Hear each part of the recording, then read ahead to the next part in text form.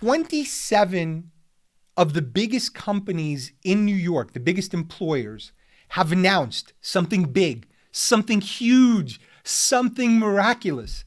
They are going to employ 100,000 low-income, and I'm going to quote, Black, Latino, and Asian New Yorkers by 2030. Let's first do the math. That's about 10,000 people per year. The top 30 employers average about 50,000 workers in New York. That's 370 workers per company. That's 0.74% of their workforce. Not 74% of their workforce, not 7.4% of their workforce, but 0.74. So what they are committing to is a rounding error. Not all of those people are new hires, right? So let's say a company hires about 10% new people every year. Yes, some leave, but they also hire new people. So let's say that's about 10% turnover. I don't know, some companies might have 20 or 30. It really just depends. And that would be about 7.4% of their workforce.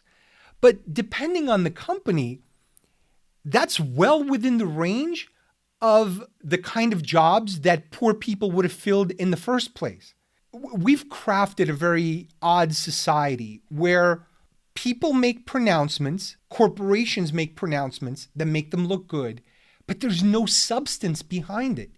It's total trash. It's PR. And we reward it. The media doesn't question it. People don't question it. I know we're busy. There's so much stuff being thrown at us. But come on.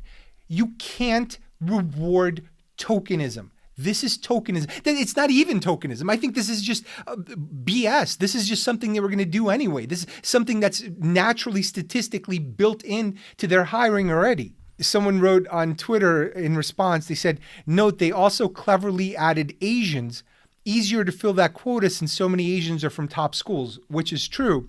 And it's funny because depending on who you read and when you read it, Asians are conveniently either included as people of color or excluded. It depends on what the convenient message you want, right? Because when you want them fighting on your side, or when you think there are too many Asians in Stuyvesant, which is a gifted school in New York, then we need to say, oh, they're not people of color. And I've heard the woman who came up with the 1619 Project make that argument. So she actually stated on Twitter that she doesn't think Asians are people of color. So equality is hard. You have to go deep into uncomfortable issues, into household issues, into all kinds of things. And no one wants to talk about real things. So they talk about, canceling people or firing someone or all this nonsense, all this BS that doesn't amount to crap.